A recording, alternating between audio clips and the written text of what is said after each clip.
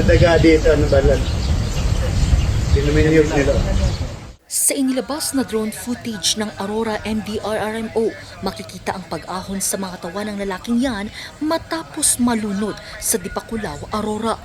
Ang mga katawan, kinilalang sina Ateneo Blue Eagle basketball team player na si Rene Baterbonia at Divine Adili.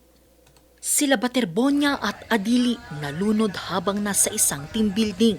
Ilang araw matapos ang insidente, hindi pa rin kumbinsido ang ina ni Baterbonia na si Rovilyn sa pahayag ng Ateneo de Manila University na aksidente ang nangyari sa kanyang anak.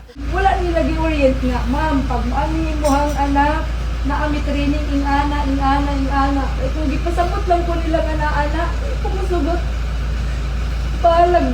Ayon sa Aurora Police Provincial Office, asphyxia by drowning ang ikinasawi ng pinag-aagawang rookie na si Rene.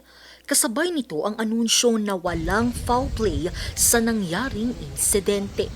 Bigla na lang po silang napunta sa malayo na parte. Doon po sa parte ng nilalakaran nila ay may isang malayo na lugar.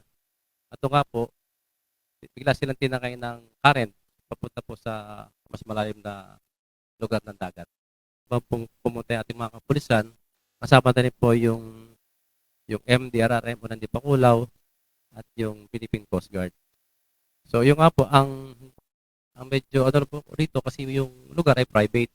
Medyo yung ating pong mga kapulisan ay nasa medyo malayo ito. Nagpaabot na ng tig 250,000 pesos ang Philippine Sports Commission sa mga naulilang pamilya ni Baterbonia at Adili. Yan po ang tulong ng gobyerno para lang po ma-address natin yung pangangailangan ng mga pamilya ng nasawi. Sa ngayon, inatasan na ng Department of Justice ang National Bureau of Investigation na imbestigahan ang kaso para mabigyang linaw ang sinapit ng dalawang atleta. Angel Arquero para sa Nation on the Move.